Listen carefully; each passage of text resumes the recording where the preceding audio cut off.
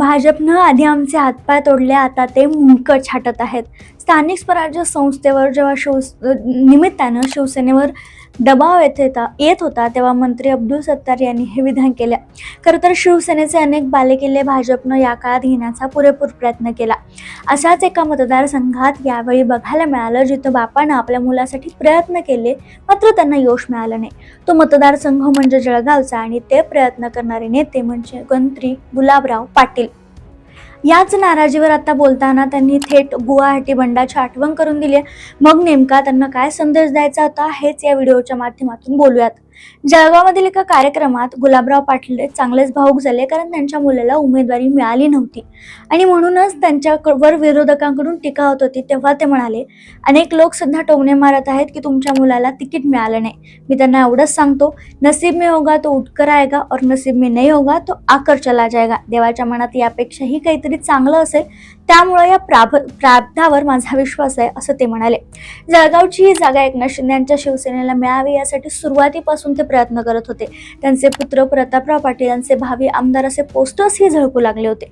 ही जागा जर भाजपला मिळाली तर शिवसेनेनं मैत्रीपूर्ण लढत करावी, प्रतापराव पाटलांना निवडणुकीत उतरावं अशी मागणी कार्यकर्त्यांकडून केली जात होती. एवढंच नाही तर उमेदवारी जाहीर होण्याच्या अगदी 2 ते 3 तास आधी देखील गुलाबराव पाटील मुंबईत आपल्या मुलासाठी तळ ठोकून होते. अनेक नेत्यांच्या भेटी ते घेत होते, मात्र त्यांना यश मिळालं नाही. आणि आता अजून एक इथं म्हणायचं झालं तर गुवाहाटी बद्दल त्यांनी नाराजी व्यक्त केली आहे. ते असं म्हणाले की गुवाहाटीचा त्याग आम्ही केला नसता तर आजची परिस्थिती वेगळी असती. आता राजकीय सत्तांतराचं किंवा शिवसेनेत झाल्याच्या बदलाची साक्ष म्हणजे गुवाहाटी, कारण शिवसेनेतून जे नेते बाहेर पडले त्यांनी गुवाहाटी गाठली आणि तिथं ते वास्तव्यास होते. त्याचा संदर्भ देत आता गुवाहाटीतील बंडानंतरच एकनाथ शिंदे यांनी त्यांच्यासोबतचे आमदार भाजपसोबत गेले आणि महायुतीचं सरकार स्थापन झालं. त्याच घटनांची आठवण आता जळगावमध्ये गुलाबराव पाटील करून देताना दिसत आहेत. ते म्हणाले, आम्ही गुवाहाटीला जर उठाव केला नसता तर आज महायुतीची आणि आमची परिस्थिती काय असती, असा अप्रत्यक्ष सवाल करत त्यांनी भाजपला शिवसेनेच्या योगदानाची आठवण करून दिली. आता त्यांनी हे विधान असं का केलं असावं, कारण त्यांच्या मुलाला ही जागा मिळाली नाही, ती भाजपकडे गेली. विशेष म्हणजे ज्या ज्या ठिकाणी शिवसेनेला जागा मिळाली तिथं काही ठिकाणी भाजपच्या कार्यकर्त्यांनी नेत्यांनी बंडखोरी केल्याचं दिसून येते.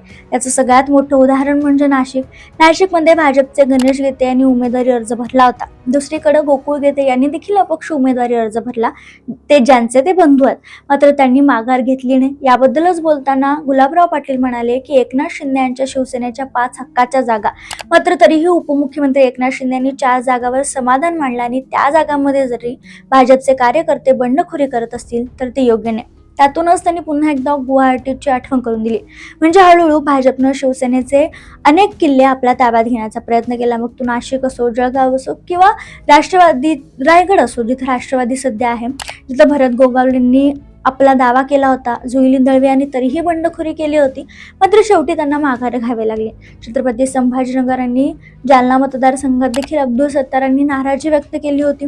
जळगावमध्ये गिरीश महाजनांच्या वरिष्ठांना किंवा जवळच्या नेत्यांना इथं उमेदवारी देण्यात आली, मात्र जेव्हा उमेदवारी अर्ज भरायची वेळ आली होती तेव्हा गुलाबराव पाटील, आमदार किशोर पाटील, आमदार चंद्रकांत सोनवणे, आमदार चंद्रकांत पाटील हे नव्हते, कारण या निर्णयाबद्दल हे सगळे नेते नाराज होते. गुलाबराव पाटलांसोबत हे नेतेही नाराज होते, त्यामुळं त्यांनी हा अर्ज भरताना उपस्थिती दर्शवली नाही. मात्र याबद्दल बोलताना गिरीश महाजन म्हणाले की सगळं अलबेल आहे, मात्र ते दिसत नव्हतं. मुलाला उमेदवारी मिळाली नाही म्हणून गुलाबराव पाटील नाराज झाल्याचं समजल्यानंतर अनेक भाजपच्या नेत्यांनी त्यांची भेट घेतली, मात्र तरीही आता गुलाबराव पाटील समाधानी आहेत किंवा त्यांची नाराजी ओसरली असं दिसत नाही. कारण या सगळ्यांमध्ये बोलताना, बंडखोरीबद्दल बोलताना त्यांनी गुवाहाटीची आठवण करून दिल्या. अब्दुल सत्तारांनी पण जेव्हा महायुतीवर निशाणा साधला होता, कारण महापालिका किंवा नगर परिषदा या कुठंही तिथं म्हणजे छत्रपती संभाजीनगर जालनामध्ये शिवसेना नसताना तर विधान परिषदेची ही जागा देखील भाजपला गेली आहे. मग भाजप हळूहळू आपल्या बालेकिल्ल्यात प्रवेश करतोय, आपल्याला दूर सारतोय असं तिथल्या नेत्यांचं मत आहे, जे स्पष्टपणे दिसून येते. आणि असं असेल तर दोन्ही शिवसेना एकत्र येतील असंही अब्दुल सत्तार म्हणाले होते आणि त्याला तिथल्याच शिवसेनेच्या नेत्यांनी समर्थन देखील दिलं होतं. आणि अशात आता गुवाहाटीची आठवण गुलाबराव पाटील यांनी करून दिली आहे. मग भाजपसाठी ही कुठंतरी धोक्याची घंटा आहे का, की नेते नाराज आहेत, महायुतीतील ही दुफळी किंवा खलबत, त्यामध्ये महायुतीत काही अलबेल नाही आहे हे दिसून येते. भाजप हळूहळू राष्ट्रवादी आणि शिवसेनेच्या जागा ज्या घेत आहे त्यामुळे नेत्यांमध्ये मंत्र्यांमध्ये नाराजी निर्माण होते, कुठंतरी असंतोष निर्माण झाला. तर मग आजही अनेक ठिकाणी हा असंतोष वेगळ्या गोष्टीमध्ये रूपांतरित होऊ शकतो, नाराजी किंवा पराभव पत्करावा लागू शकतो. म्हणून भाजपनं अनेक निवडणुका बिनविरोध करण्यासाठी प्रयत्न केले, मात्र नाशिकमध्ये किंवा अजून एका ठिकाणी 2-3 ठिकाणी प्रयत्न आले नाही आहेत. कारण जळगावमध्ये देखील शिवसेनेच्या एका महिला नेत्यांनी आपला उमेदवारी अर्ज कायम ठेवला अपक्षचा, त्यामुळे इथं काय होईल हे पाहणं महत्त्वाचं आहे. मात्र अब्दुल सत्तारांची नाराजी, त्यांनी केलेले विधान आणि गुलाबराव पाटलांनी गुवाहाटीची करून दिलेली आठवण यामुळं लवकरच महायुतीत गुवाहाटी 2 किंवा महाराष्ट्रात गुवाहाटी 2 होणार आहे का? आणि ही नाराजी आत्ताची नाही, अगदी लोकसभा, विधानसभा, त्याच्यानंतर झालेल्या स्थानिकच्या निवडणुका आणि आत्ताच्या विधान परिषदा या सगळ्याचा निकाल या नाराजीमध्ये गुवाहाटी 2च्या फिल्ममध्ये असणार आहे का?